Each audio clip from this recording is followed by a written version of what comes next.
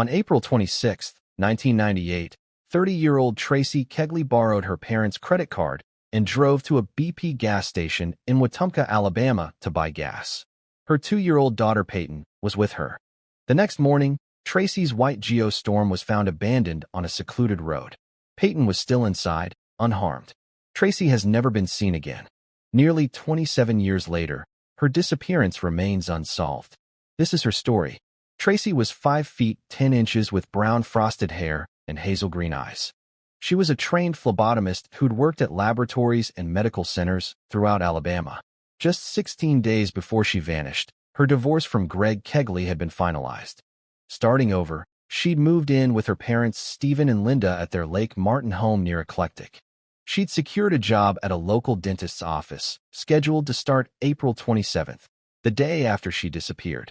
That Sunday afternoon, surveillance footage captured Tracy at the BP station pumping gas and going inside to pay. It was the last confirmed sighting of her alive. The next morning at 9 a.m., Tracy's Geostorm was found on Old Georgia Road across from T&H Grocery. The windows were cracked open.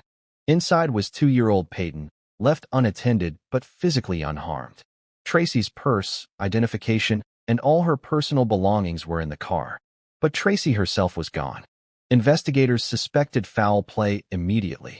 In 2018, 20 years after her disappearance, authorities executed a search warrant on 300 acres in rural Elmore County based on confidential tips from Crime Stoppers.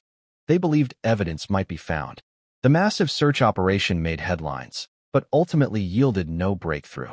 Alabama law enforcement agency confirmed there are suspects in Tracy's case, but no arrests have ever been made.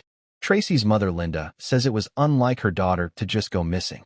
She was the most caring and sweetest person ever, Linda said. She was always wanting to help others. 27 years later, it's still hard for Linda to speak about her daughter, especially not knowing what happened. "We miss her something terrible and hope one day we will find answers," she said. Tracy's daughter Peyton grew up without her mother, raised by her grandparents.